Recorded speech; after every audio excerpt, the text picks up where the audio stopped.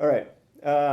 Arkia, made in France and chock full of design innovations meant to facilitate overblows and overdraws. As you heard from that somewhat poorly played sequence just there, overblows can be done by somebody that doesn't really know how to do overblows. I've been working with this harmonica now for a couple of days, and it really just took me about 2 days of screwing around with it to be able to get the 4, 5, and 6 overblows, and even the 7 overdraw. There are other overdraws and the one overblow that I cannot get, but that's me and probably not this. There is no other harmonica that I have tried where those overblows and overdraws come as easily as this one does. And this is straight out of the box, no modifications. It's been gapped by a robot. This is part of a prototype series that the Arkia people put together, where they have some sort of a gizmo that does the gapping for them.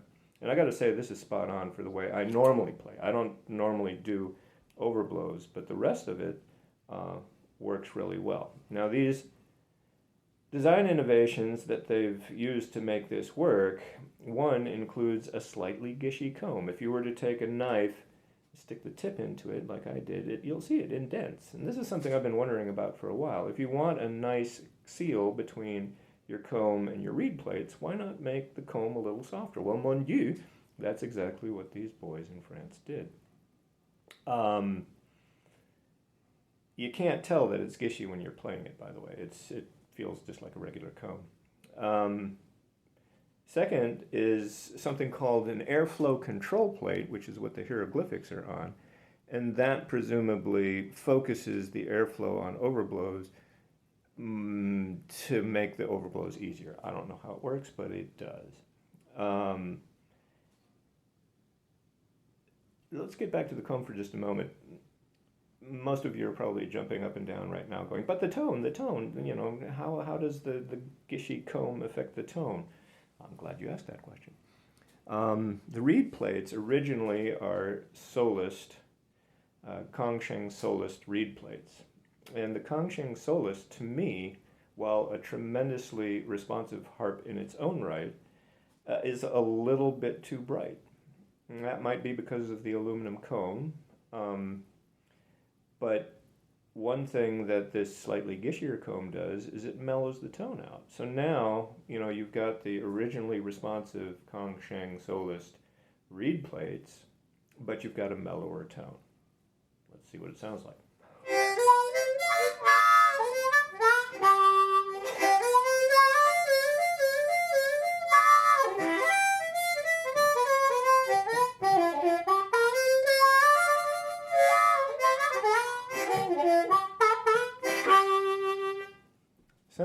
Sounds really nice, and man, it's playable. Like I said, the robot, it gapped it just right for me.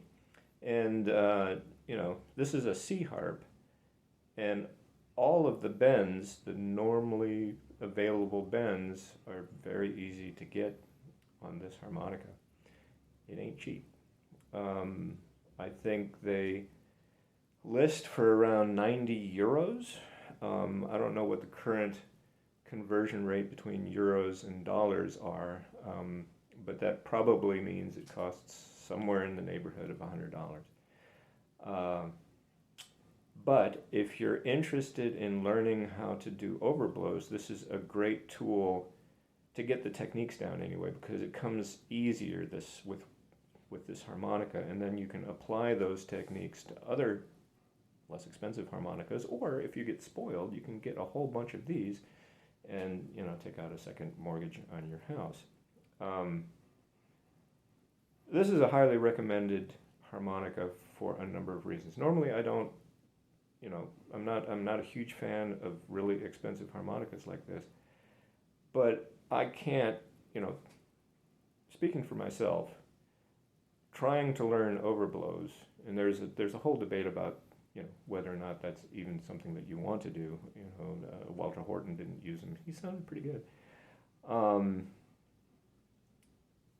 regardless of the outcome of that particular debate, if you are one of these people that want to learn how to do these to expand your horizons, this is definitely a harmonica to take and try it, because you know it's going to work, and that if it doesn't work, it's because you need to refine your technique.